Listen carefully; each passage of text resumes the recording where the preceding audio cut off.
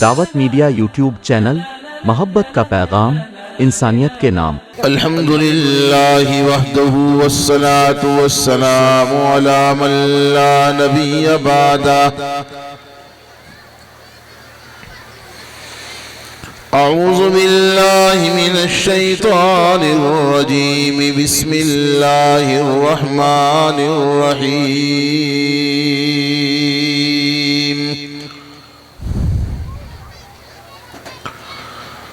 الذین آتیناہم الکتاب یتلونہ حق تلاوتہ اولئک یؤمنون بہ ومن یکفر بہ فاولئک هم الخاسرون۔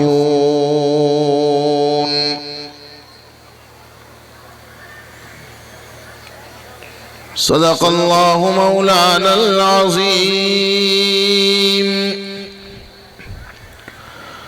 وصدق رسوله النبي الكريم ونحن على ذلك لمن الشاهدين والشاكرين والحمد لله رب العالمين۔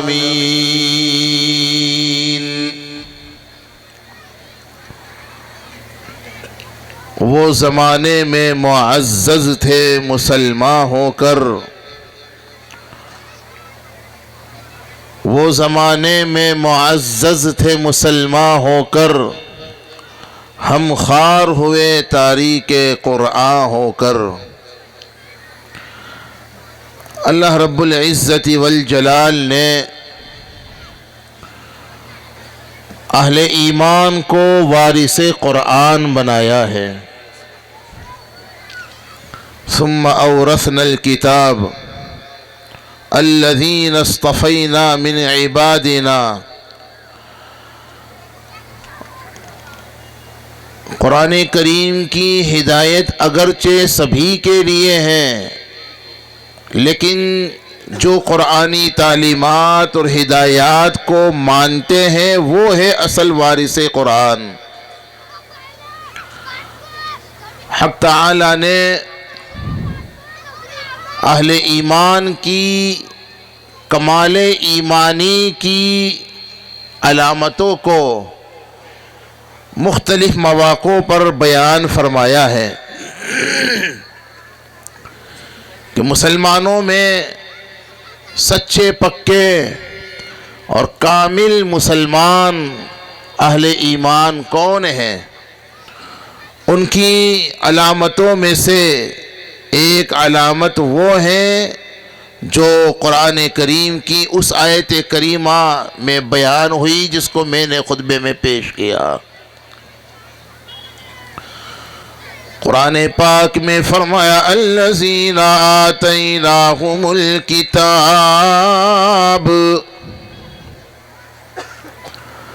الذین آتیناہم الکتاب یتلونہ حق تلاوتہ اولئک یؤمنون بہ۔ حق تعالی نے ارشاد فرمایا جن کو ہم نے کتاب ہدایت سے مالا مال فرمایا وہ اس کی کما حقہ تلاوت کرتے ہیں، اور جو کتاب الہی کی کما حقہ تلاوت کرتے ہیں حق تعالی نے ان کے کمال ایمانی کی گواہی دی۔ فرمایا اولئک یؤمنون بہ، یہی لوگ ہیں جو کامل ایمان والے ہیں، جن کا ایمان کامل۔ اب ذرا ہم اس آیت کریمہ میں غور کریں۔ یہ جو فرمایا نا کمال ایمانی کی نشانی یتلونہ حق تلاوتی، قرآن کریم کی ایسی تلاوت کرنا جیسے تلاوت کرنے کا بولو حق ہے۔ تلاوت قرآنی کا حق کیا ہے؟ اللہ کرے کہ کچھ ایسے انداز میں اللہ تبارک و تعالی میری زبان پر باتیں جاری فرما دے جو ہمارے علماء اور خواص ہی کے لیے نہیں بلکہ عوام کے لیے بھی، بلکہ ساری انسانیت کے لیے نافع اور مفید ہو۔ آمین کہو نا بھائی۔ تلاوت قرآنی کا حق کیا ہے؟ اسی آیت کریمہ کی تفسیر میں پہلی بات تو میں یہ عرض کرنا چاہوں گا، فقیہ الامت حضرت عبداللہ ابن مسعود رضی اللہ تعالی عنہ فرماتے ہیں قرآن کریم کی تلاوت کا حق یہ ہے کہ قرآن کریم کو صحیح نیت کے ساتھ، تجوید کی رعایت کے ساتھ، یہ تو میں حاشیہ بڑھا رہا ہوں، وہ تو لازم ہے ہی ہر ایک کے لیے، اخلاص نیت اور تجوید کی رعایت کے ساتھ پڑھا تو جائے، لیکن قرآن کریم کی تلاوت ہی پر اکتفا نہ کیا جائے، بلکہ قرآن کریم کے اوامر پر عمل کیا جائے اور نواہی سے بچا جائے، اور قرآن کریم کی من مانی تشریحات اور تفصیلات سے بچا جائے۔ اپنی طرف سے ایک لفظ نہیں کہہ رہا، علماء کی موجودگی میں بڑی ذمہ داری سے کہہ رہا ہوں، اور بہت غور سے ایک ایک جملہ سنیے۔ میرا اپنا مزاج بہت زیادہ ترنم میں اگرچہ آپ کی چاہتے ضرور ہیں، لیکن ہم اپنے بیان میں اس کو زیادہ فوکس کرنے نہیں چاہتے ہیں۔ بہت زیادہ ترنم میں پڑھنا بے شک اگر اللہ نے سلیقہ دیا ہے تو قرآن کریم کو تو اخلاص نیت کے ساتھ بہترین آواز میں پڑھنا مطلوب ہے، لیکن یہ جو جذبہ ہے کہ ذرا اچھا سنایا جائے اور ذرا اچھے اشعار پڑھے جائیں تاکہ مزہ آ جائے، اس جذبے کے ساتھ اگر ہم سننا چاہیں تو شاید اس کا نفع جو ہونا چاہیے نہیں ہو سکتا۔ اس لیے اصل باتوں کی طرف توجہ رکھیں۔ چنانچہ یتلونہ حق تلاوتہ میں 3 باتوں کا تذکرہ کیا ہے۔ جو بھی ان 3 باتوں پر عمل کرے گا، وہ عوام ہو خواص ہو، وہ بچے ہوں بڑے ہوں، وہ مرد ہوں عورتیں ہوں، تلاوت قرآنی کا وہ حق ادا کرتے ہیں۔ میرے بھائیوں، بہت بڑا المیہ ایک یہ ہے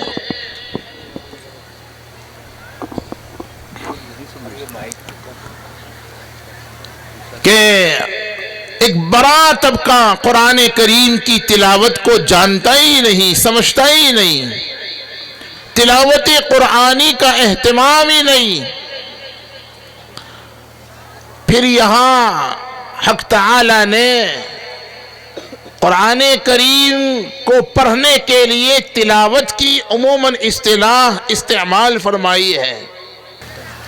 قرآن کریم کی تلاوت کا حق ادا کرنے والے کامل ایمان والے ہیں۔ آپ بھی اگر اپنے ایمان میں کمال پیدا کرنا چاہتے ہیں تو تلاوت قرآنی کا حق میں آپ کو بیان کروں۔ کون چاہتا ہے؟ ایمانداری سے بتلاؤ۔ سارا مجمع چاہتا ہے؟ ماشاءاللہ، جزاکم اللہ۔ تو تلاوت قرآنی کا حق یہ ہے کہ قرآن کریم کو صحیح پڑھا تو جائے لیکن صرف اس پر اکتفا نہ کیا جائے، اس کے اوامر پر عمل کیا جائے، نواہی سے بچا جائے۔ کیا مطلب؟ قرآن کریم میں حق تعالی نے جتنے وہ احکام بیان فرمائے جن کا تعلق کرنے سے ہے، جیسے نماز پڑھنا، جیسے روزہ رکھنا، جیسے سچ بولنا، جیسے امر بالمعروف اور نہی عن المنکر کرنا وغیرہ، ان تمام باتوں پر عمل کیا جائے۔ اور جن باتوں سے قرآن کریم نے روکا ہے، مثلا جھوٹ بولنے سے روکا، غیبت کرنے سے روکا، چغلی کرنے سے روکا، اللہ اور اس کے رسول کی نافرمانی کرنے سے روکا، خلاف سنت زندگی گزارنے سے روکا، اس سے بچا جائے۔ اور اسی کے ساتھ اہل علم کے لیے تیسری بات خصوصیت کے ساتھ قرآن کریم کی غلط تعویل اور منمانی تشریح سے بچا جائے۔ اس پر میں کچھ زیادہ نہیں کہتا چاہتا۔ یہ تین کام جو بھی کرتا ہے وہ تلاوت قرآنی کا حق ادا کرتا ہے، اور یہی اللہ کی نظر میں کامل ایمان والا ہے۔ ایک مطلب یتلونہ حق تلاوتہ، عاجز کے خیال ناقص میں یتلونہ حق تلاوتہ کا ایک دوسرا مطلب بھی ہے۔ اگر یہ صحیح ہے تو اللہ کی طرف سے، اور اگر خطا ہے تو یہ اس میں میرا اپنا قصور ہے۔ علماء توجہ دیں گے اور قابل اصلاح بات کی طرف توجہ دلائیں گے۔ یتلونہ حق تلاوتہ کا دوسرا مطلب عاجز کے خیال ناقص میں یہ بھی ہے، تلاوت قرآنی میں وہ طریقہ اختیار کرے جو سب سے اعلیٰ اور سب سے افضل ہے۔ بہتر سے بہترین طریقے پر قرآن کریم کی تلاوت کی جائے۔ تلاوت قرآنی کے کل ملا کر 8 طریقے ہیں۔ کتنے؟ بولو بولو، عوام سے بھی پوچھ رہا ہوں، کتنے طریقے ہیں؟ 8۔ غور سے سنیے، میں بتلانا چاہوں گا سب سے افضل طریقہ کون سا ہے اس میں۔ نمبر 1، تلاوت قرآنی کا پہلا طریقہ تو یہ ہے کہ آہستہ پڑھا جائے، اور دوسرا طریقہ یہ ہے ذرا آواز سے پڑھا جائے۔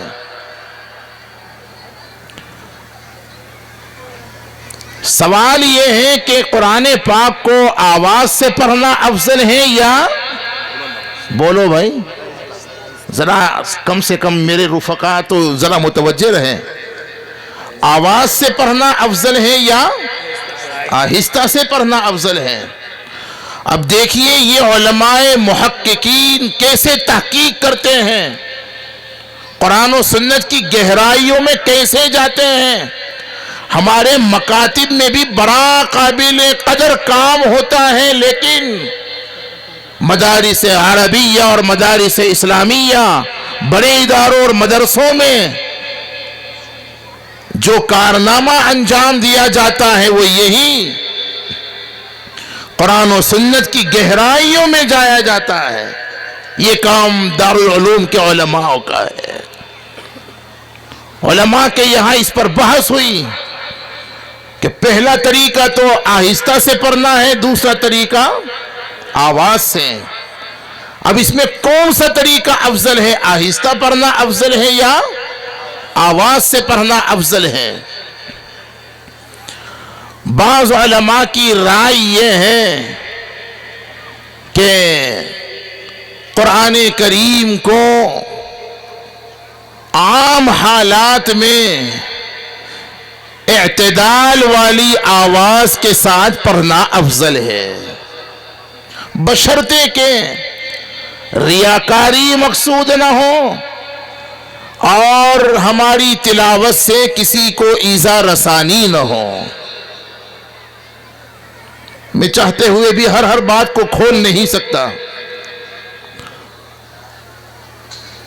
یہ دو چیزیں اگر ہیں تو نارمل آواز سے عام حالات میں قرآن پاک کو نارمل آواز میں ذرا آواز سے پڑھنا بہتر ہے، بشرطے کہ ریاکاری مقصود نہ ہو، دکھلاوا مقصود نہ ہو، اور ہماری تلاوت سے کسی کو بیجا تکلیف نہ ہوتی ہو۔ خاص طور پر ہمارے وہ احباب جو اعتکاف کرتے ہیں اور اعتکاف میں دوسرے رفقا اگر سوئے ہوئے ہوں یا قریب میں نماز پڑھ رہے ہوں، ممکن ہے ہمارے آواز سے تلاوت کرنے سے ان کو تکلیف ہو۔ ہماری شریعت میں بیجا تکلیف پہنچانے کی عبادت کے معاملے میں بھی اجازت نہیں ہے۔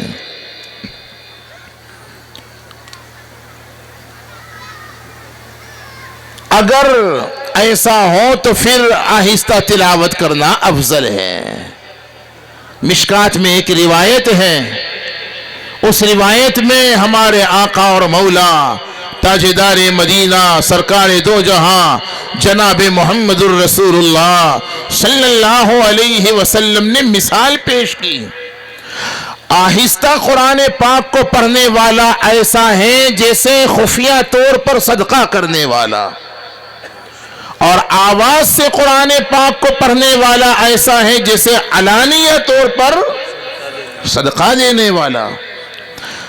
دیکھو یاد رکھو، ایک ہے صدقہ، ایک ہے زکوٰۃ۔ نفلی صدقے میں اخفاء افضل ہے، نہیں سمجھیں؟ نفلی صدقے میں اخفاء افضل ہے کا مطلب یہ ہے زکوٰۃ تو آپ ظاہر کر کے دیجئے، وہ تو فریضہ ہے ہمارا، لیکن زکوٰۃ کے علاوہ جو نفلی صدقات ہیں، جو خیرات ہیں، جو سخاوتیں ہیں، ان میں جہاں تک ہو سکے اخفاء افضل ہے، دکھلاوا بہتر نہیں ہے۔ آج ہمارا حال یہ ہے، چھپنے سے زیادہ چھپنے کا مزاج بنا ہوا ہے، اچھوں کا یہ حال ہے۔ اے کاش کہ خصوصیت کے ساتھ ہمارے رفقا اس بات کو ذرا سمجھیں اور چھپنے کے بجائے چھپنے والا مزاج بنائیں۔ کچھ آ رہی ہے بات سمجھ میں؟ شہرت بہت اچھی چیز نہیں ہے صاحبوں، شہرت سے زیادہ اللہ کے یہاں قبولیت کی فکر کیجئے۔ مشہور ہونا الگ چیز ہے، مقبول ہونا اصل بات ہے۔ مشہور ہونے کی فکر مت کیجئے، مقبول ہونے کی اللہ کے یہاں فکر کیجئے، اور بندہ اللہ کے یہاں مقبول ہوتا ہے اعمال صالحہ کا اخلاص کے ساتھ اہتمام کرنے کی وجہ سے۔ سمجھ میں آ رہی ہے بات؟ دلیل کیا ہے؟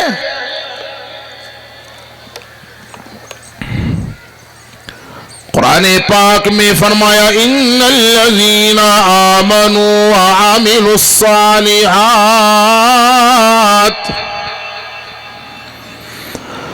ان الذین آمنوا وعملوا الصالحات سيجعل لهم الرحمن ودا۔ رب کریم نے قرآن کریم میں ارشاد فرمایا، جو ایمان لائے اور ایمانی تقاضوں پر عمل کرتے رہے، اعمال صالحہ کا اہتمام کرتے رہے، حق تعالی انہیں اپنے یہاں قبولیت عطا فرماتے ہیں۔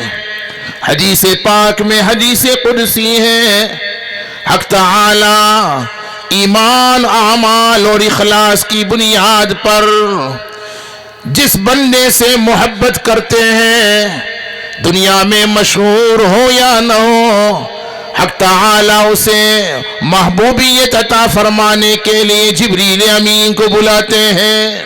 حدیث قدسی بخاری میں جبریل فلاں بندے سے بڑی محبت کرتا ہوں میں، اس کے اخلاص کی وجہ سے، اس کے اخلاق کی وجہ سے، اس کے اچھے اعمال کی وجہ سے، اس کے اچھے کردار کی وجہ سے، اس کے اپنے گھر والوں کے ساتھ اپنے اچھے سلوک کی وجہ سے، وہ مرد ہو یا عورت ہو، مجھے اس سے بڑی محبت ہے، لہٰذا جبریل تم بھی اس سے محبت کرو اور اعلان کرو آسمانوں میں اور اعلان کرو زمینوں میں، آسمان کے سارے فرشتے بھی اور زمین کے سارے نیک لوگ اس سے محبت کرنے والے بن جائے۔ پھر یہاں علماء محققین نے کلام اس پہ بھی کیا کہ یہ محبت کہاں ہوتی ہے، اور میں اس میں نہیں جاتا، بہت ہر بات کی تفصیل میں نہیں جاتا۔ اچھا، حدیث پاک کا دوسرا جزو بھی ہے، اللہ تبارک و تعالی کسی ریاکار کی ریاکاری کی وجہ سے، بدکار کی بدکاری کی وجہ سے، بد اخلاق کی بد اخلاقیوں کی وجہ سے، جب اس سے نفرت کا ترجمہ میں ناراض ہونے سے کرنا پسند کرتا ہوں، ناراض ہوتے ہیں، تو پھر اس کی ناراضگی کا اعلان جبریل کے ذریعے زمین و آسمانوں میں کروایا جاتا ہے۔ بہرحال اخلاص کا اہتمام کیجئے، کیا عوام و کیا خواص، اللہ تبارک و تعالیٰ کے یہاں یاد رکھو صاحبو، کمیت نہیں دیکھی جاتی، اس کے یہاں تو کیفیت دیکھی جاتی ہے۔ قرآن پاک میں فرمایا لِيَبْلُوَكُمْ أَيُّكُمْ أَحْسَنُ عَمَلًا، یہ نہیں فرمایا أَيُّكُمْ أَكْثَرُ عَمَلًا، تم میں سے کون اکثر عمل کرتا ہے، کثرت سے عمل کرتا ہے، یہ نہیں فرمایا۔ نفلی اعمال میں کون زیادہ کرتا ہے، یہ نہیں، کس نیت سے کیا جا رہا ہے، کس اخلاص کے ساتھ عمل کیا، اللہ کے یہاں کیفیت دیکھی جاتی ہے دل کی۔ اس لیے اخلاص کی فکر بہت ضروری ہے۔ بدقسمتی یہ ہے کہ آج عموماً اخلاص ہو گیا۔ اخلاص کیا کہا؟ بولو نا یار، اخلاص خلاص۔ میرے بھائیوں، اللہ سے ڈرو، ریاکاری سے بچو، بڑے سے بڑا عمل اگر کیا لیکن اخلاص نہیں ہے، وہ کرنے والا میں ہوں یا آپ ہوں، اللہ کے یہاں اس عمل کی کوئی قدر و قیمت نہیں ہے۔ مجھے یاد آ رہا ہے، میں نے کہا یہ قرآن کریم کی جو 8 کیفیتیں ہیں نا تیرا، اسی سے انشاءاللہ میں کوشش کروں گا بہت سی قابل اصلاح باتیں بیان کرنے کی۔ وہ جو قرآن کریم میں حق تعالیٰ نے بڑے پیار سے اہل ایمان کو اور وفاداروں کو جو فرمایا نا، لا تبطلوا اعمالکم، اطیعوا اللہ و اطیعوا الرسول ولا تبطلوا اعمالکم، 26ویں پارے میں، اپنے اعمال کو ضائع مت کرو، باطل نہ کرو، بیکار نہ کرو۔ تو کیا مطلب؟ کوئی بے وقوف ہے جو اپنے عمل کو بیکار کر دے؟ یہ ایسا ہی ہے جیسے بڑی محنتوں سے گھر بنا اور اسے ضائع کر دے، بیکار کر دے۔ تو جیسے وہ بے وقوف ہیں، بڑی محنتوں سے نمازیں پڑھیں، بڑی محنتوں سے تلاوتیں کریں، بڑی محنتوں سے روزے رکھیں، بڑی محنتوں سے حج عمرے کریں، بڑی محنتوں سے مدرسے کا گلشن سینچیں، امت کی ملت کی فکر کریں، اس کے بڑے بڑے کام کریں، اور کام کرنے کے بعد وہ عمل کو ضائع اور بیکار کر دیں۔ اللہ میری بھی ہم سب کی حفاظت فرمائے، زور سے آمین۔ یہاں علماء نے فرمایا، محققین نے، مفسرین نے، جن برائیوں کی وجہ سے اعمال کا اجر ضائع ہو جاتا ہے، نمبر 1 عقیدے کی خرابی۔ سمجھے؟ ایسے اسکولوں سے اپنے بچوں کو بچاؤ جہاں آپ کے بچوں کا ایمان اور عقیدہ خراب ہو سکتا ہو۔ یہ ضروری ہے۔ اس اس لیے آج کے دور میں اگر ایمان کی حفاظت کے لیے مدارس کا قیام ضروری ہے تو ایمان ہی کی حفاظت کے لیے اسلامی ماحول میں مسلمانوں کے قائم کیے ہوئے اسکول بھی ضروری ہے. اور صرف مسلمانوں کے اسکول کافی نہیں ہے، اسلامی اسکول ضروری ہے.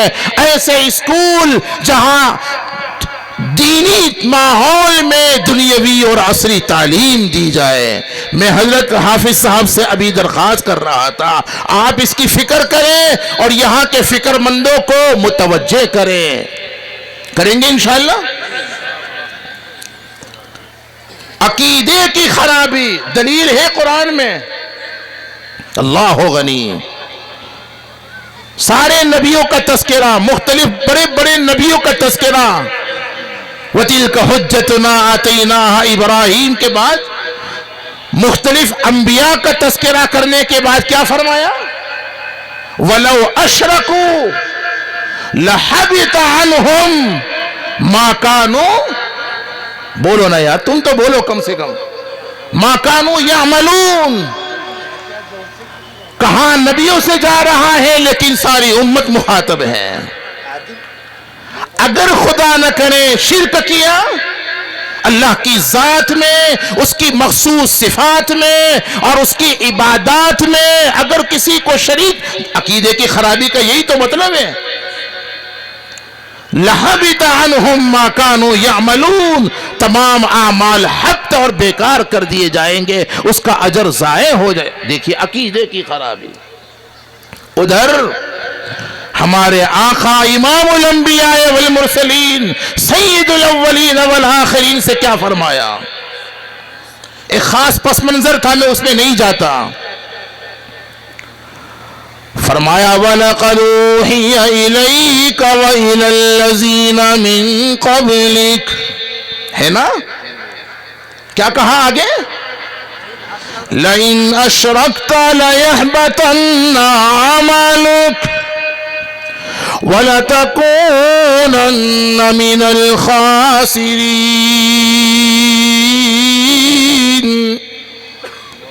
میرا محبوب ہونے کے باوجود مجھے آگے ترجمہ بلکہ ترجمانی کرنے کی جرأت نہیں ہے. لَإِنْ أَشْرَكْتَ لَيَحْبَطَنَّ عَمَلُكَ وَلَتَكُونَنَّ مِنَ الْخَاسِرِينَ.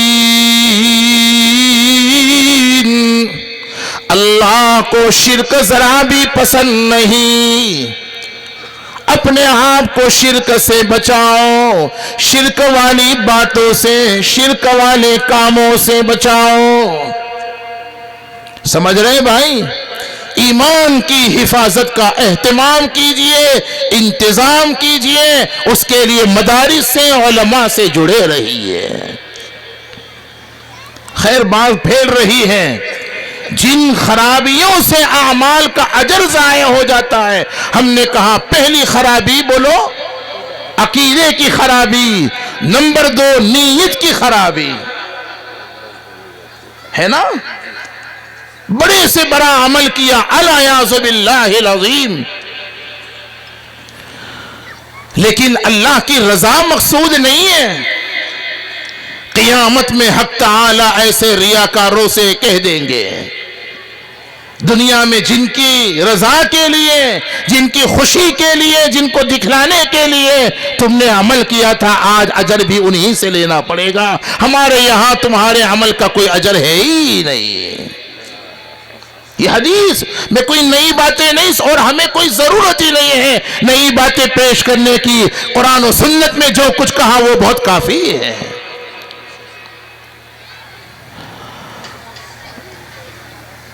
اخلاص اگر ہے تو مسلم میں اور مشکات میں اور حدیث کی تمام معتبر کتابوں میں وہ روایت ہے نا، کھجور کی گٹھلی کی بھی کوئی قیمت ہے.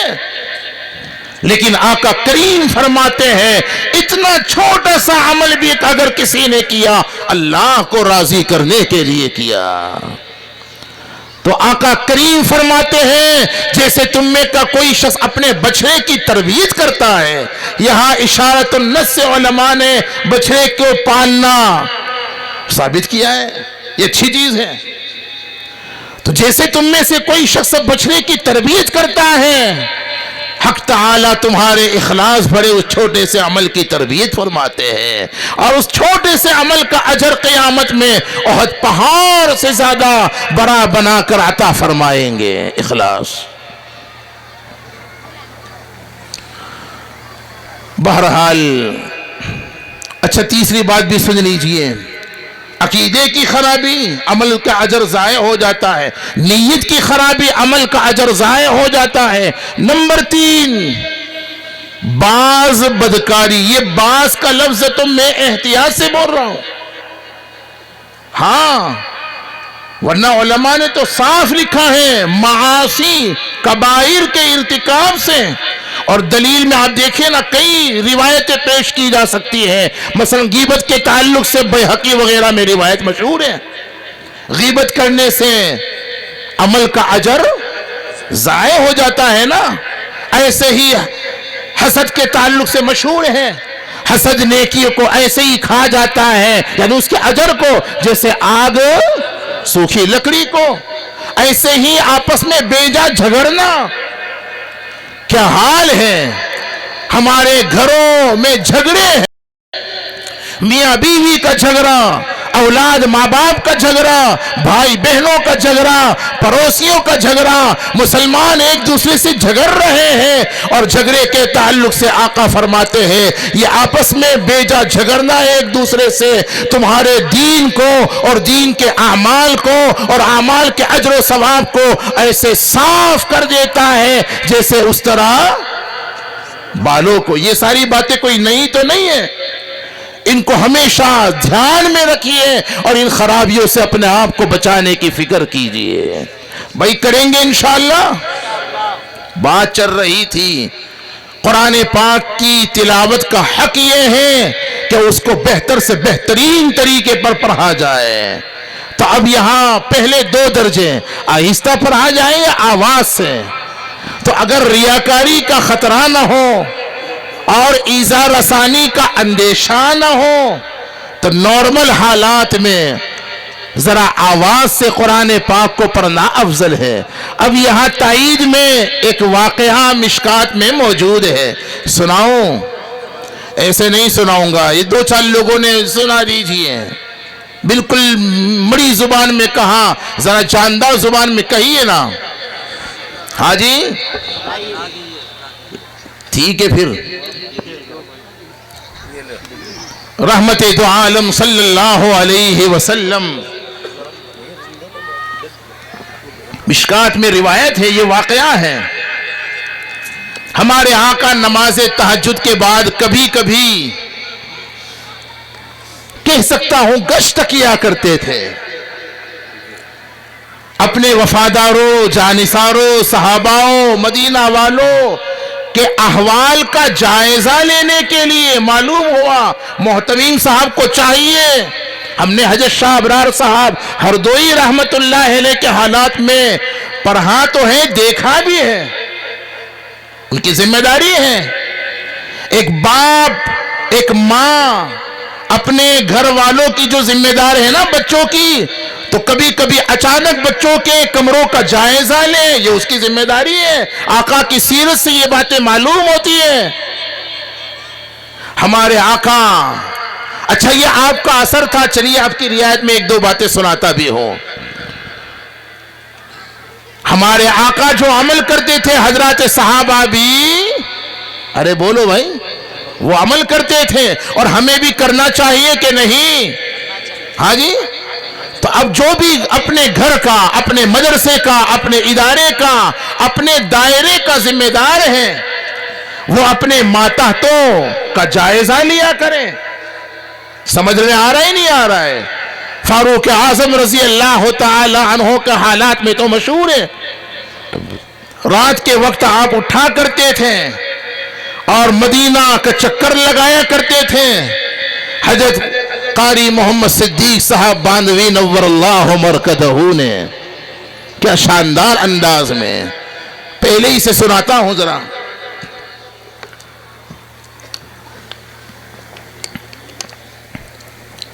اصحاب نبی تو سب کے سب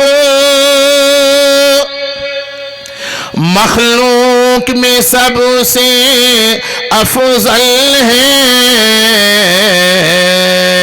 صدیق کے جیسا عاشق ہونا سب کے بس کی بات نہیں، صدیق کے اور خدا کی قسم صاحبو یاد رکھو، اللہ کی توفیق سے میں ثابت کر سکتا ہوں دلائل کی روشنی میں، حضرت ابو بکر صدیق اکبر ہے تو عاشق اکبر بھی ہے۔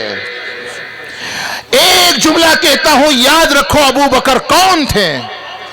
دو جملوں میں ان کا مرتبہ اور مقام اگر بیان کرنا ہو، شان صدیق اکبر کو اگر بیان کرنا ہو تو کہہ دیجئے کہ جو کل تھا وہ آج ہے، جو آج ہے وہ کل تھا۔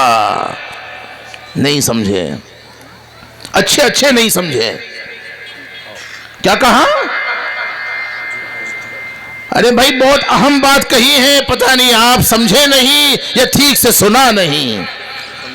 ہم نے کہا حضور کے قریب جو کل تھا وہ آج ہے، اور جو آج ہے وہ کل تھا، ہے کہ نہیں؟ کل زندگی میں حضور کے سب سے قریب کون تھا؟ ابو بکر۔ آج بھی حضور کے سب سے قریب کون ہے؟ ابو بکر۔ آج جو حضور کے سب سے قریب ہے روضہ اقدس میں، وہ کل بھی زندگی میں حضور کے سب سے قریب تھا۔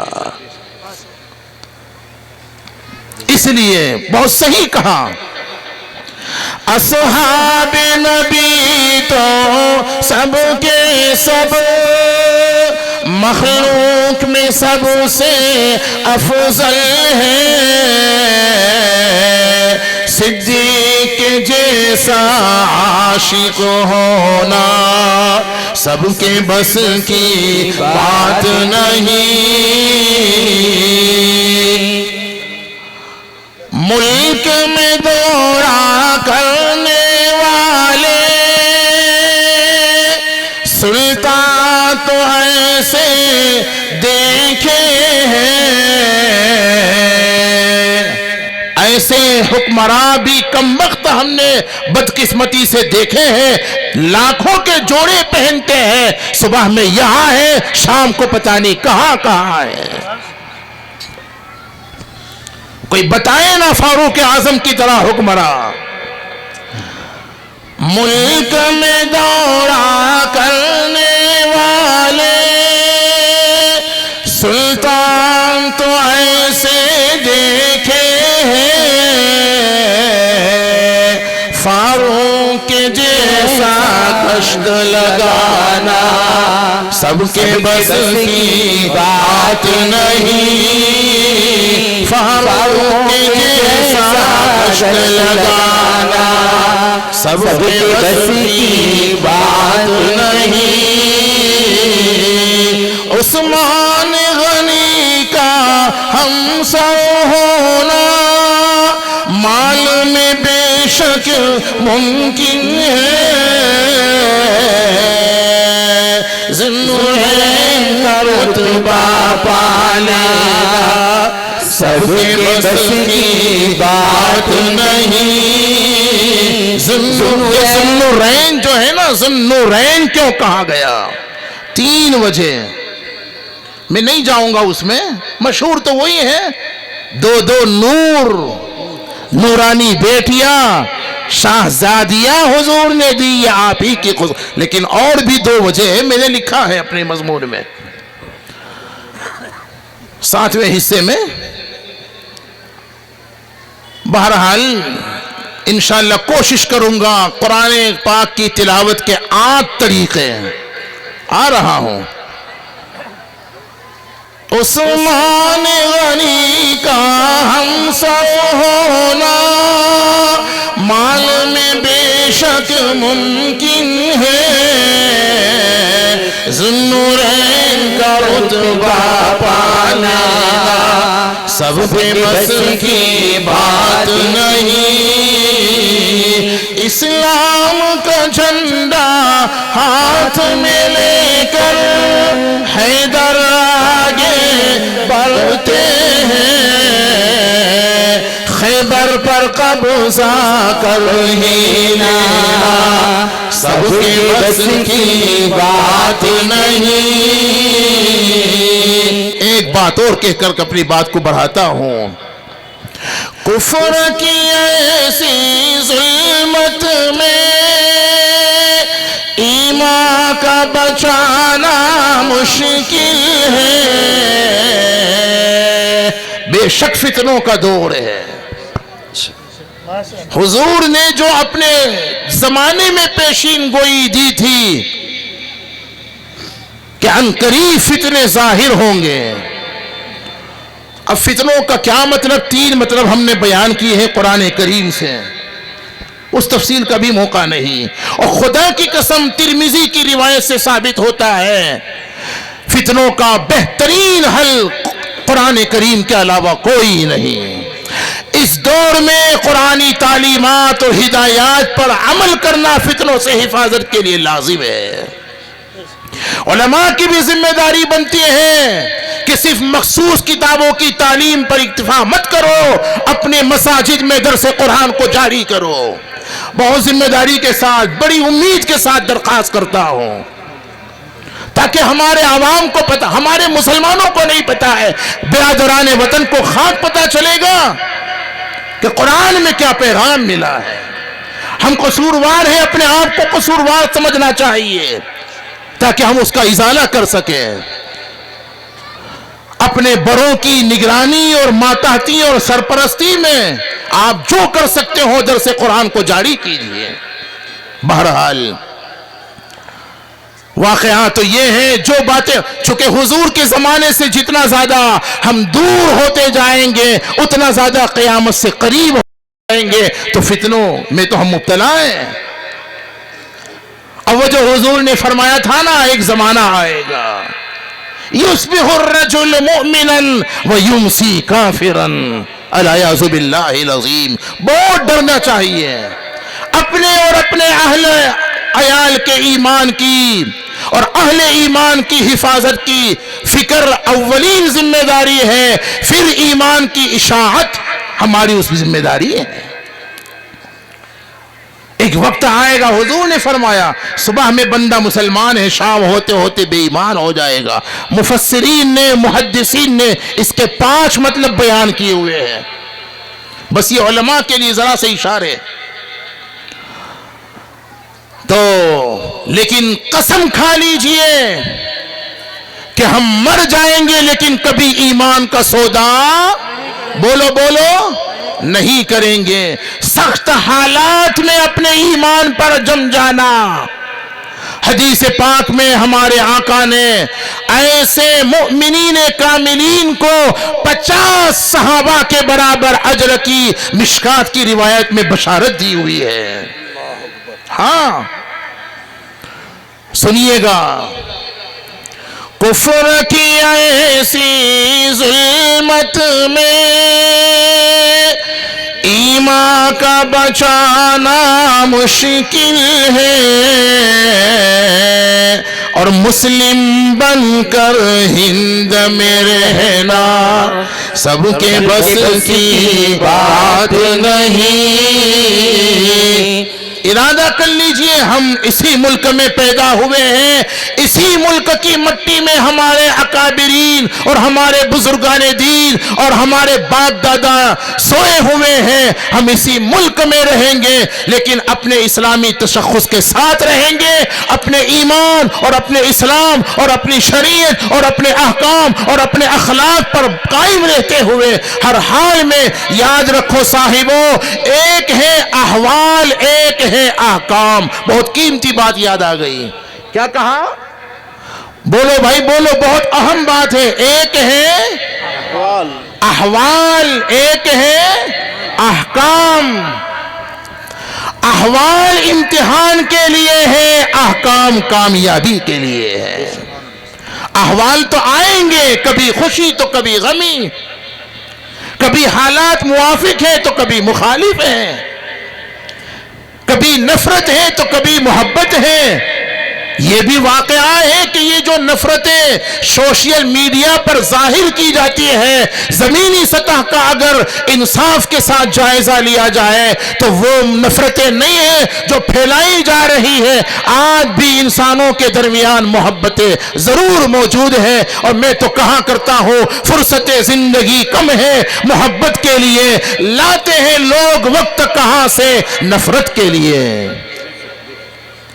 ہم محبت بانٹنے والی قوم ہے۔ حدیث میں آقا نے فرمایا مسلمان محبت کرنے والا اور اس سے محبت کی جاتی ہے وہ قوم ہے، جس سے محبت کی جائے وہ مسلمان ہے، اور جو محبت تقسیم کرے وہ مسلمان ہے۔ جو محبت کی دکان کا نعرہ لگائے وہ دھوکہ باز تو ہو سکتا ہے، مسلمان نہیں ہو سکتا۔ کچھ آ رہا ہے سمجھ میں؟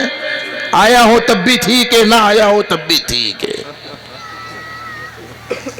یہ تو اصل حضور نے ایمان والوں کے لیے فرمایا۔ خیر بات میں نہیں پھیلانا چاہتا، حضور اکرم صلی اللہ علیہ وسلم جائزہ لیتے تھے۔ چنانچہ آپ کا گزر صدیق اکبر رضی اللہ تعالی عنہ کے قریب سے ہوا تو آپ تہجد میں اللہ کے حضور قیام میں قرآن پڑھ رہے ہیں، لیکن بہت آہستہ سے پڑھ، مشکات میں ہے نا یہ واقعہ، بڑے آہستہ سے پڑھ رہے ہیں۔ ادھر فاروق اعظم جلال الدین اکبری سمجھے ان کے پاس سے بھی گزر ہوا تو وہ تو زور زور سے پڑھ رہے ہیں۔ ہمارے آقا مصلح اعظم بھی تھے، مربی اعظم بھی تھے، بڑوں کی ذمہ داری کو بتلایا، ہر بڑا اپنے ماتحتوں کی نگرانی بھی رکھے اور قابل اصلاح باتوں پر توجہ بھی دلائے۔ حضور کا یہ عمل ثابت کر رہا ہے۔ کیا ہوا؟ دونوں کو بلایا، ابو بکر تم بھی آؤ، اے عمر تم بھی آؤ۔ ابے ابو بکر تم آہستہ پڑھ رہے تھے قرآن شریف، کیا بات ہے؟ تو کیا جواب دیا؟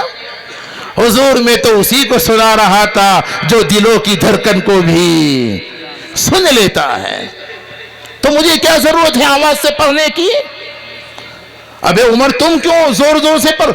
عجیب، جلال الدین اکبری کا جواب بھی ایسا ہی، یا رسول اللہ، بولو نا بھائی پیار سے، صلی اللہ علیہ وسلم، میں زور زور سے قرآن پاک کو نماز میں اس لیے پڑھ رہا تھا تاکہ سونے والے جاگ جائیں، شیطان بھاگ جائے، ہے نا؟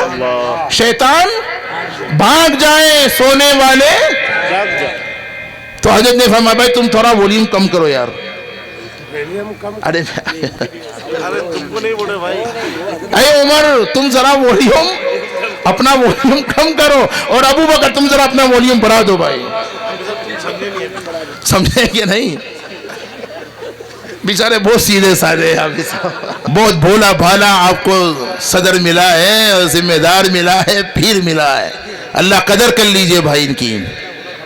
ہاں تو دیکھیے ہمارے آقا نے اس موقع پر کیا فرمایا؟ ارے آپ سے تھوڑا کہا تھا یار، عمر سے کہا بھئی تمہارا ولیوم ذرا بڑھاؤ، اور اے ابو بکر ذرا ولیوم تھوڑا سا تم تھوڑا بڑھاؤ، یہ تم ذرا کم کرو۔ کیا مطلب ہوا؟ دیکھو کیا ثابت ہوا؟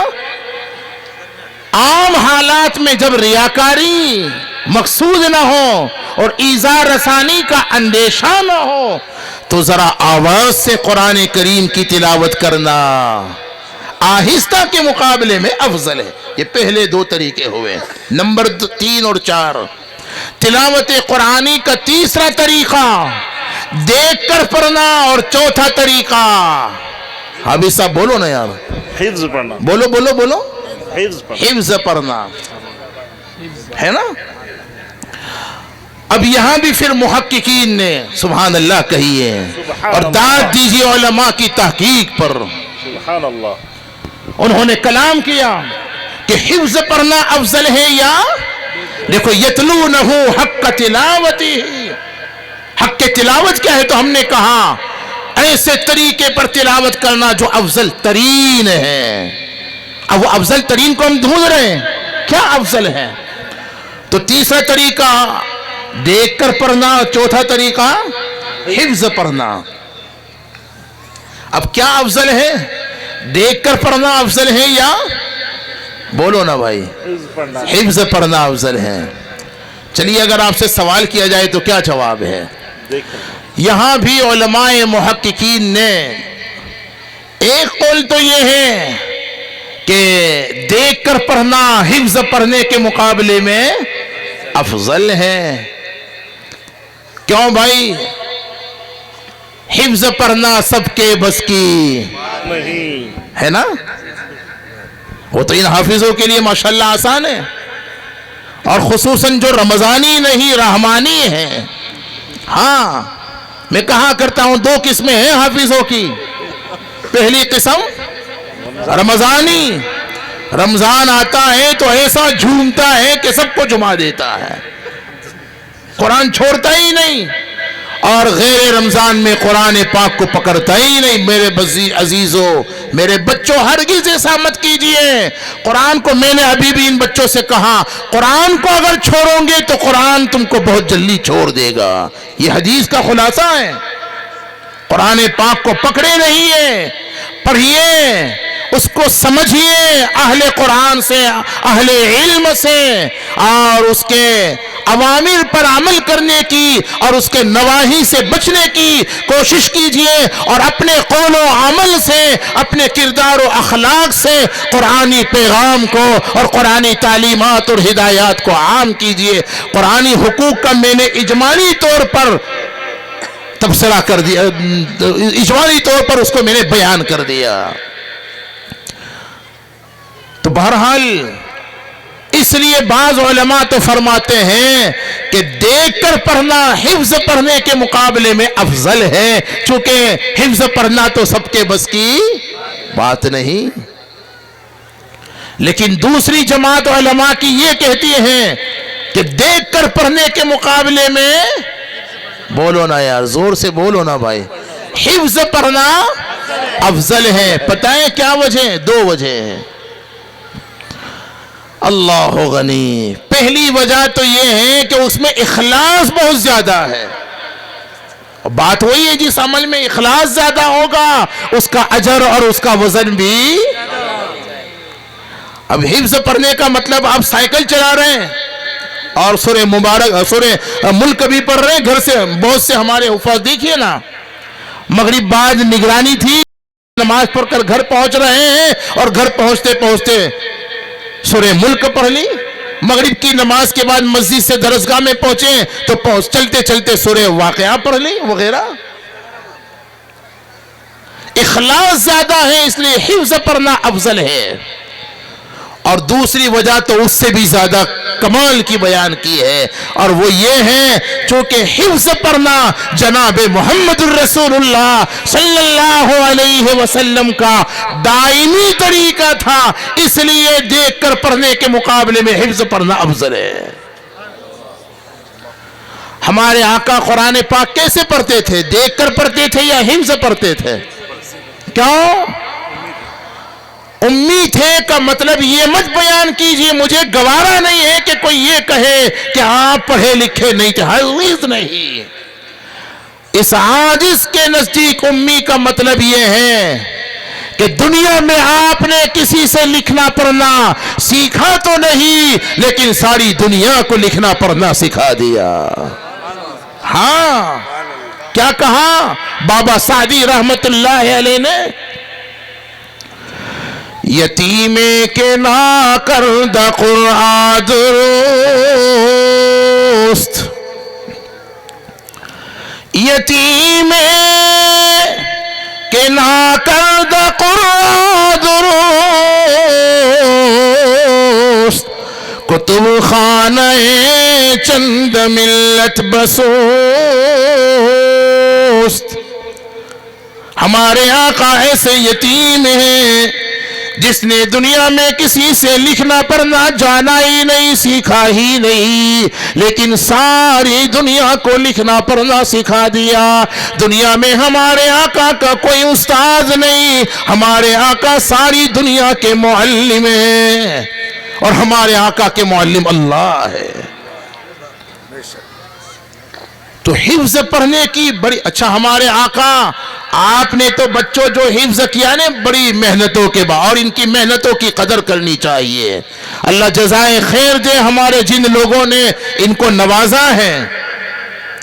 میں ایک بات کہہ کر کے ذرا بات کی طرف اشارہ، چونکہ بڑا مجمع علماء کا یہاں اور بڑے قیمتی، ایک سے بڑھ کر کے ایک قیمتی علماء ہے، ایک بات کہہ کر کے آگے بڑھ جاتا ہوں. وضاحت عوامی مجمع میں نہیں کر سکتا، کاش کہ ہمارے رفقا کے ساتھ ملاقات اور مذاکرے کا کوئی موقع ہو جاتا تو میں وہاں یہ بات ضرور کرتا. اور وہ بات ذرا سا میں جو اشارہ کرنا چاہتا ہوں نا، میرا تو اپنا ناقص خیال یہ ہے، آپ اس سے متفق ہو یا نہ ہو، بہرحال میرا اپنا ناقص خیال یہ ہے، آج ہمارے جلسوں میں بہت سی باتیں قابل اصلاح یقیناً ہے اتفاق آپ کو؟ اب وہ کیا کیا باتیں ہیں وہ تو الگ سے کہیں گے نا، ابھی تھوڑا ہم کہہ سکتے ہیں، مناسب ہی نہیں ہے. اور صرف یہاں کی بات نہیں ہے، اللہ کی توفیق سے بہت سے لوگ حسن ظن کی بنیاد پر یہاں وہاں بلاتے ہیں تو ہم بھی دیکھتے ہیں، آپ بھی دیکھتے ہوں گے. سنجیدگی سے جائے جو چل رہا ہے، ضروری نہیں ہے کہ وہ سب صحیح ہو. ہماری نظر ہر وقت قرآن و سنت پر رہنی چاہیے، وہی ہونا چاہیے جو قرآن و سنت میں جس کی گنجائش ہے. ہاں کچھ لوگ بدل جاتے ہیں حالات بدلنے سے، اور کچھ لوگ بدل دیتے ہیں حالات قرینے سے.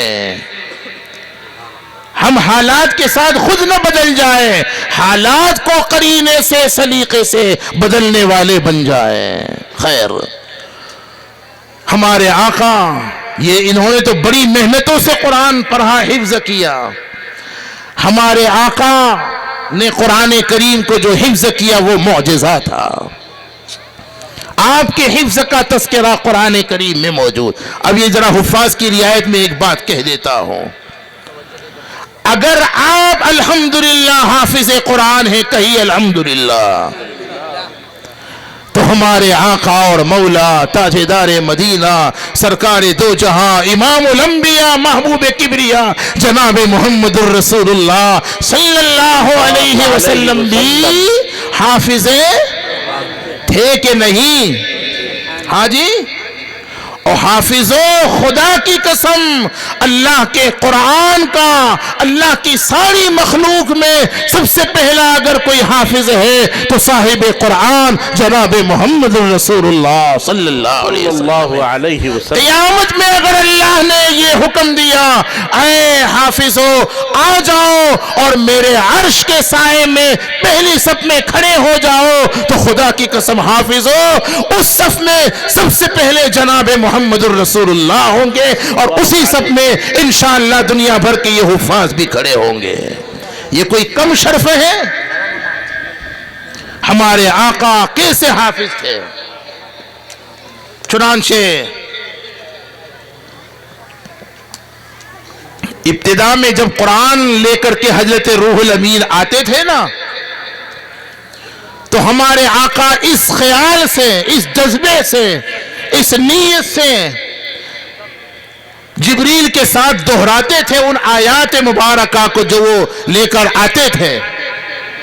بھائی یہ ذرا چائے رکھ دیجئے، بہتر ہوگا. یہ کیا طریقہ ہوا بھائی؟ یہ غلط طریقہ ہے. او بھیا چائے رکھ دیجئے. بھائی اتنی اہم باتیں ہو رہی ہے، سنیے نا اسے.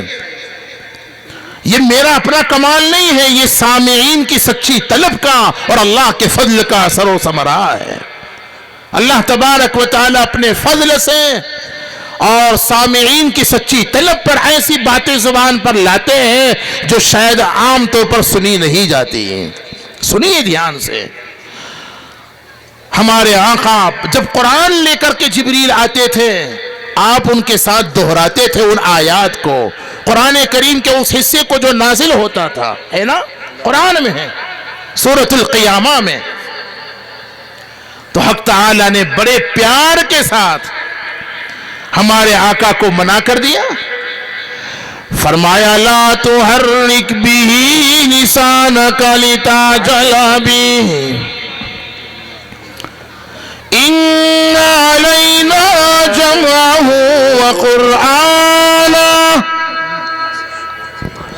فَإِذَا قَرَأْنَاهُ فَاتَّبِعْ قُرْآنَهُ ثُمَّ إِنَّ عَلَيْنَا بَيَانَهُ. میرے محبوب صلی اللہ علیہ وسلم اپنی زبان کو حرکت دینے کی ضرورت نہیں. آپ کے سینے میں قرآن کو محفوظ کر لینا بھی ہماری ذمہ داری، اور آپ کی زبان مقدس سے قرآنی حقائق کو بیان کروا دینا بھی ہماری ذمہ داری. ثم ان علینا بیانا. تو حدیث میں آتا ہے اس کے بعد ہمارے آقا جب بھی قرآن نازل ہوتا اسے صرف سن لیتے، دہراتے نہیں تھے. اور خدا کی قسم ایک مرتبہ حضرت جبریل سے قرآن کریم کے جس حصے کو سن لیا ہمیشہ کے لیے آپ کے سینے اقدس میں وہ محفوظ ہو جاتا. دیکھا آپ نے، ہمارے آقا سب سے پہلے حافظ. تو اس لیے ہمارے آقا تو قرآن پاک کو حفظ پڑھتے تھے. اس لیے بعض علماء کا خیال یہ ہے کہ حفظ پڑھنا دیکھ کر پڑھنے کے مقابلے میں ناظرہ پڑھنے کے مقابلے میں افضل ہے. لیکن جن علماء نے یہ فرمایا کہ ناظرہ پڑھنا افضل، مشکات میں ایک روایت ہے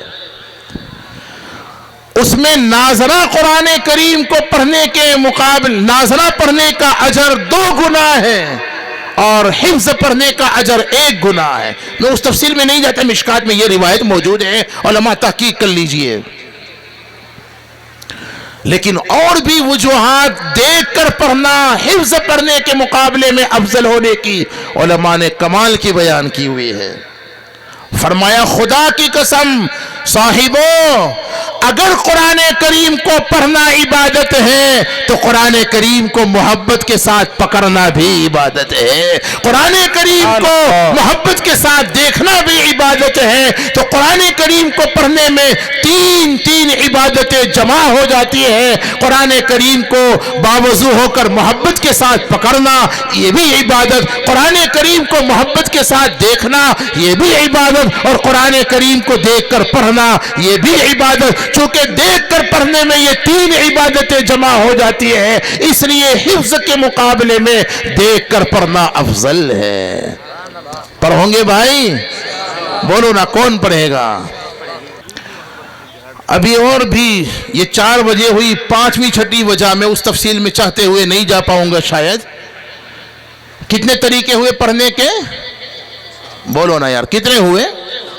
پہلا طریقہ آواز سے یا آہستہ، دوسرا طریقہ حفظ یا ناز ہے نا، 5واں طریقہ قرآن کریم کو بلا سمجھے بکثرت پڑھا جائے یا سمجھ کر تھوڑا پڑھا جائے، کیا افضل ہے؟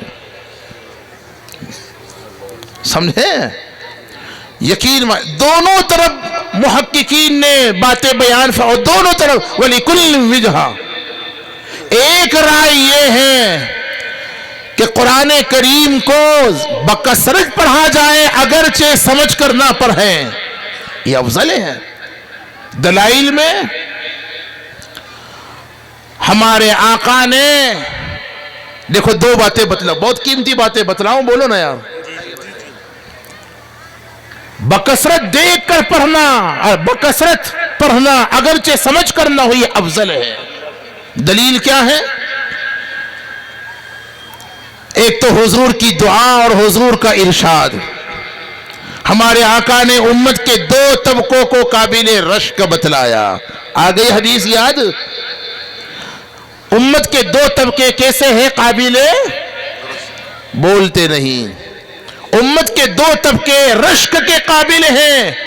اگر حسد جائز ہوتا تو یہ دونوں طبقے اس بات کے حقدار تھے کہ ان پر حسد کیا جاتا، لیکن یہاں حسد کا معنی رشک ہے. معلوم ہوا کہ حضور کے نزدیک امت کی یہ 2 طبقے قابل رشک ہے. پہلا طبقہ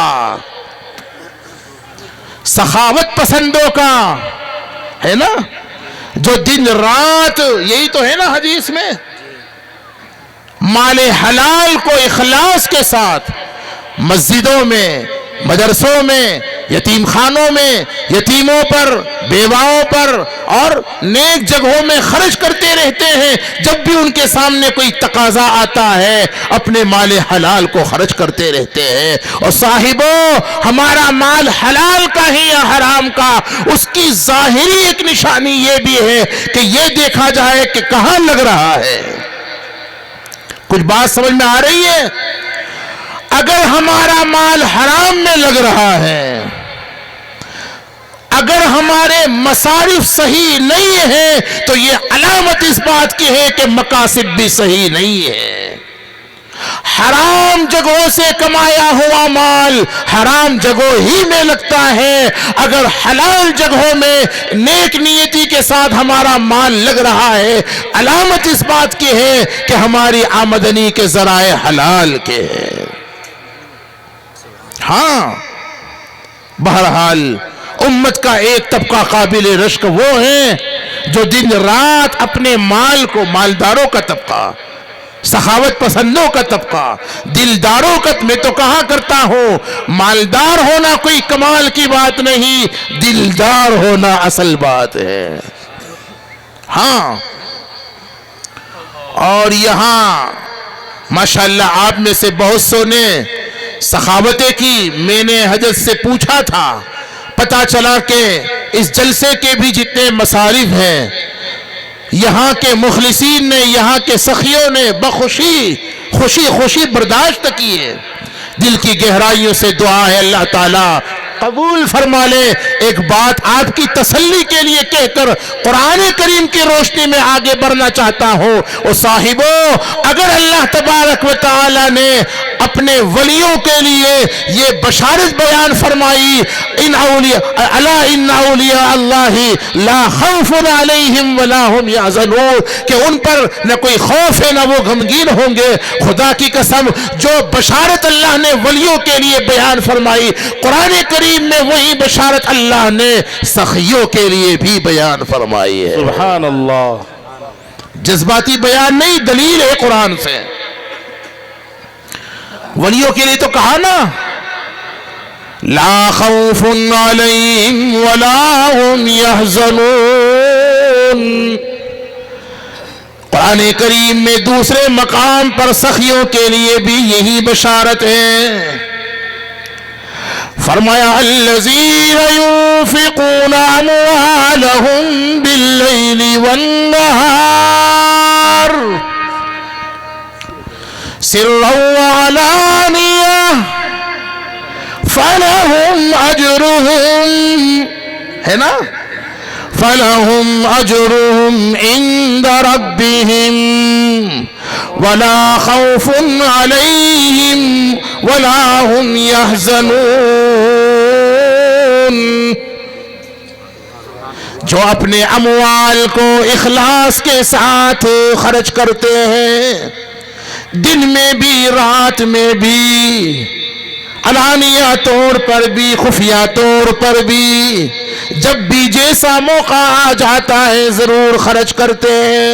یہی تو مطلب ہے. حق تعالی نے ان کو بشارت دی، لا خوف علیہم ولا هم یحزنون. تو جو بشارت اللہ نے اپنے ولیوں کو عطا فرمائی ہوئی، وہی بشارت اللہ رب العزت نے سخیوں کے لیے بھی بیان فرمائی. دیکھا آپ نے، امت کے دو طبقے قابل رشک ہے. وہ مالدار جو دن رات مال خرچ کرتے ہیں، اور دوسرا طبقہ وہ اہل قرآن جو آناء اللیل و آناء النہار، یا آناء اللیل و اطراف النہار، دن رات قرآن ہی قرآن.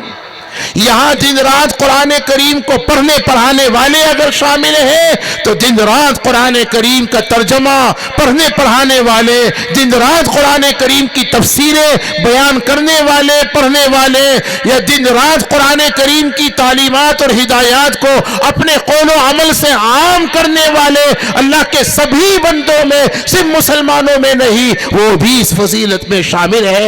بڑی ذمہ داری کے ساتھ یہ بات عرض کی ہے. بہرحال سمیٹتا ہوں میں انشاءاللہ، آپ مطمئن رہیے۔ تو ایک دوسری روایت جو دلیل ہے کہ زیادہ پڑھنا، بار بار پڑھنا، بکثرت پڑھنا، ظاہر بات ہے اس میں سمجھ کر پڑھنا نہیں ہو سکتا نا۔ حضور کی دعاؤں میں ایک دعا یاد رکھو، یہ جو ہمارے یہاں عجمی پریس میں جو قرآن کریم کو چھاپا جاتا ہے، میں پھر دہراتا ہوں، اس میں وہ جو اخیر میں اللہم آنس وحشتی فی قبری، ہمارے یہاں کے پریس میں یہ جو قرآن پاک کے ختم پر دعا چھاپی جاتی ہے، یہ علماء کے لیے معتبر روایتوں اور علماء محققین کی تحقیق یہ ہے، اللہ کے رسول صلی اللہ علیہ وسلم نے دیگر مواقعوں میں جو دعائیں مانگی ہیں ان میں تو یہ دعا ہے، لیکن حضور نے ختم قرآن کے موقع پر یہ دعا مانگی، اس کا صحیح اور معتبر روایتوں سے ثبوت نہیں ملتا۔ گنجائش ہے، لیکن یہ سمجھا جائے کہ یہی حضور دعا مانگ، یہ نہیں ہے۔ آپ تحقیق کیجئے، ہماری تحقیق پر اعتماد کرنے کی ضرورت نہیں، ہم تو خود ہی کہہ رہے ہیں۔ اور پھر یہ دو دعاؤں کا مجموعہ ہے ہماری اپنی ناقص تحقیق کے مطابق، اللہم آنس وحشتی فی قبری، یہ ایک دعا الگ ہے۔ پھر اللہم ارحمنی بہت جامع ترین دعا ہے حضور ہی کی دعا۔ آپ نے مختلف، آپ نے جتنا اللہ سے مانگا اس پوری کائنات میں اللہ سے اتنا کسی نے نہیں مانگا۔ ہاں یہ بھی حق ہے، یہ بھی سچ ہے، اور اس سے ہمیں عبرت لینی چاہیے۔ جب حضور اتنے کامل اور اللہ کے اتنے مقرب ہونے کے باوجود اللہ سے اتنا مانگتے ہیں کہ ساری کائنات کی مخلوق میں اللہ سے اتنا کسی نے نہیں مانگا، ہم تو بہت عاجز اور محتاج بندے، ہمیں کتنا مانگنا چاہیے۔ دعاؤں کا مزاج بناؤ۔ ایک وقت ہمارے دن رات کے اوقات میں ایسا یقینی طور پر ہونا چاہیے جس میں ہم ہو، ہمارا رب ہو۔ کریں گے بھائی؟ دعا کے لیے خاص وقت متعین کرو، اللہ سے ایسے باتیں کرو جیسے ہم اپنے دوستوں سے، ہر بات اللہ سے شیئر کرو، ہر بات اللہ سے کہو، اور عاجزی کے ساتھ اپنے مسائل اس کے سامنے رکھو اور اس سے مانگو۔ مانگ اسی سے جو دیتا ہے خوشی سے، کہتا نہیں کسی سے، اور مطالبہ کیا سبھی سے، صرف مسلمانوں سے نہیں، سارے بندوں سے اس نے مطالبہ کیا، میرے بندوں مجھ سے مانگو تو صحیح، ادعونی، تم سب مل کر کے مجھ سے مانگو۔ حضرت تھانوی نے تو ثابت کیا ہے دعا کی قبولیت کے لیے مسلمان ہونا بھی شرط ہے ہی نہیں۔ تعجب ہوگا آپ کو، شیطان کی دعا کو اللہ نے قبول کیا، قرآن پاک میں اس کا تذکرہ موجود ہے۔ آپ دیکھیے نا، شیطان نے یہ جب اللہ نے اس کو گیٹ آؤٹ کیا، فخرج منہا فإنک رجیم، تو دعا مانگی کہ نہیں مانگی؟ انذرنی الی یوم، یہ کیا ہے؟ اس نے یہ دعا نہیں مانگی، عین اس موقع پر جب اللہ نے اسے گیٹ آؤٹ کیا، اللہ پاک ناراض ہے اس پر، اس موقع پر وہ دعا، وہ جانتا ہے کہ اللہ رب العزت کا غصہ ہماری طرح سے نہیں ہے کہ آپے سے باہر ہو جائے۔ عین اس موقع پر اس نے دعا مانگی، انذرنی الی یوم یبعثون، مجھے قیامت تک عمر دی جائے، مہلت دی جائے۔ قرآن کہتا ہے اللہ نے اس شیطان کی دعا کو قبول کیا کہ نہیں؟ فإنک من المنذرین الى یوم الوقت کئی مقام پر یہ تذکرہ ہے۔ تو اللہ تبارک و تعالی اگر نافرمانوں کی دعاؤں کو قبول کر سکتے ہیں تو فرما برداروں کو کیسے محروم رکھیں گے؟ دعاؤں کا مزاج بناؤ، کریں گے انشاءاللہ۔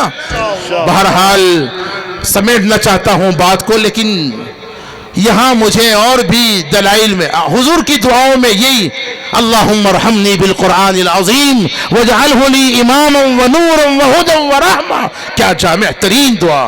اللہم ذکرنی منہما نسیت، یہاں علماء نے الگ الگ، وعلمنی منہما جہلت ورزقنی، دیکھیں حضور کی دعاؤں میں ہے ورزقنی تلاوتہ آناء اللیل۔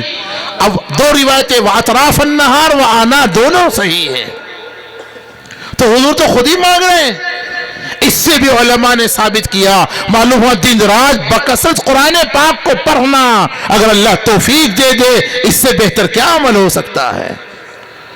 لیکن دیگر آیات اور روایات کے تحت علماء کی یہ کہنا ہے کہ قرآن پاک کو اگر کوئی سمجھنے کی صلاحیت رکھتا ہے تو اس کے لیے کثرت سے تلاوت کرنے سے زیادہ افضل ہے، تھوڑا پڑھے لیکن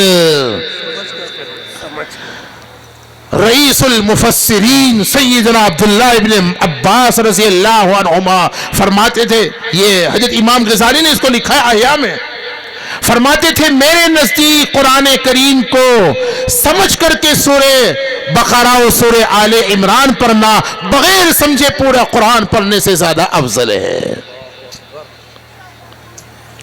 یہاں بھی ہمارے لوگ افراط تفریط میں مبتلا ہے، بعضوں کا خیال یہ ہے کہ بغیر سمجھے قرآن پڑھنے کا کوئی مطلب ہی نہیں ہے۔ حقیقت یہ ہے کہ جن لوگوں کو اللہ نے یہ صلاحیت دی ہے ان کو بکثرت پڑھنے سے زیادہ افضل یہ ہے کہ وہ سمجھ کر کے پڑھنے کا اہتمام اچھے لوگ اس سے غافل ہیں۔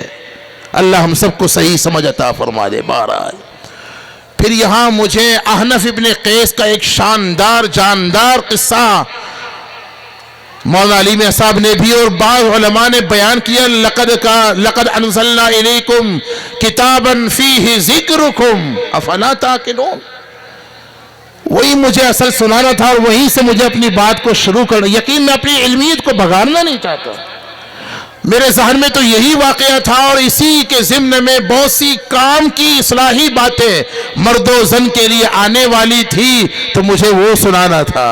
کیا خیال ہے حضرت؟ جزاکم اللہ۔ آپ بھی گھبرائیے نہیں، انشاءاللہ میں سمیٹتا ہوں اپنی بات کو، پھر کسی موقع پر اب تو رہے گا نا انشاءاللہ۔ چلیے ٹھیک ہے، انہوں نے کہا اللہ تعالی ہمیں صحیح سمجھ عطا فرما دی۔ قرآن تو بھائی قرآن ہے، ویسے ہی تھوڑا کہا ہے ما فرطنا فی الکتاب من شیء، قرآن تو قرآن ہے۔ بہرحال تلاوت قرآنی کے جو انداز ہے، پانچواں انداز کیا کہا؟ بکثرت بلا سمجھے پڑھنا، اور چھٹا انداز اور چھٹا طریقہ سمجھ کر کے تھوڑا پڑھنا، دونوں کے اپنے اپنے دلائل ہیں۔ عام لوگوں کے لیے جو قرآن پاک کو سمجھ نہیں سکتے ان کے لیے اللہ اگر توفیق دے تو زیادہ سے زیادہ قرآن پاک کو پڑھنا یہ افضل ہے۔ خواص کا حکم الگ ہے جو بتلا چکے۔ ساتواں اور آٹھواں طریقہ بھی بس سن لیجئے، بات سمیٹتا ہوں۔ قرآن کریم کو نماز میں پڑھنا یا بغیر نماز کے پڑھنا ہے نا؟ بغیر نماز کے پڑھنا بھی بہترین، تمام نفلی اعمال میں بہترین عمل ہے، لیکن خدا کی قسم مشکات کی روایت میں بھی بہت بڑی فضیلتیں اس میں آئی ہے، میں اس میں نہیں جاتا۔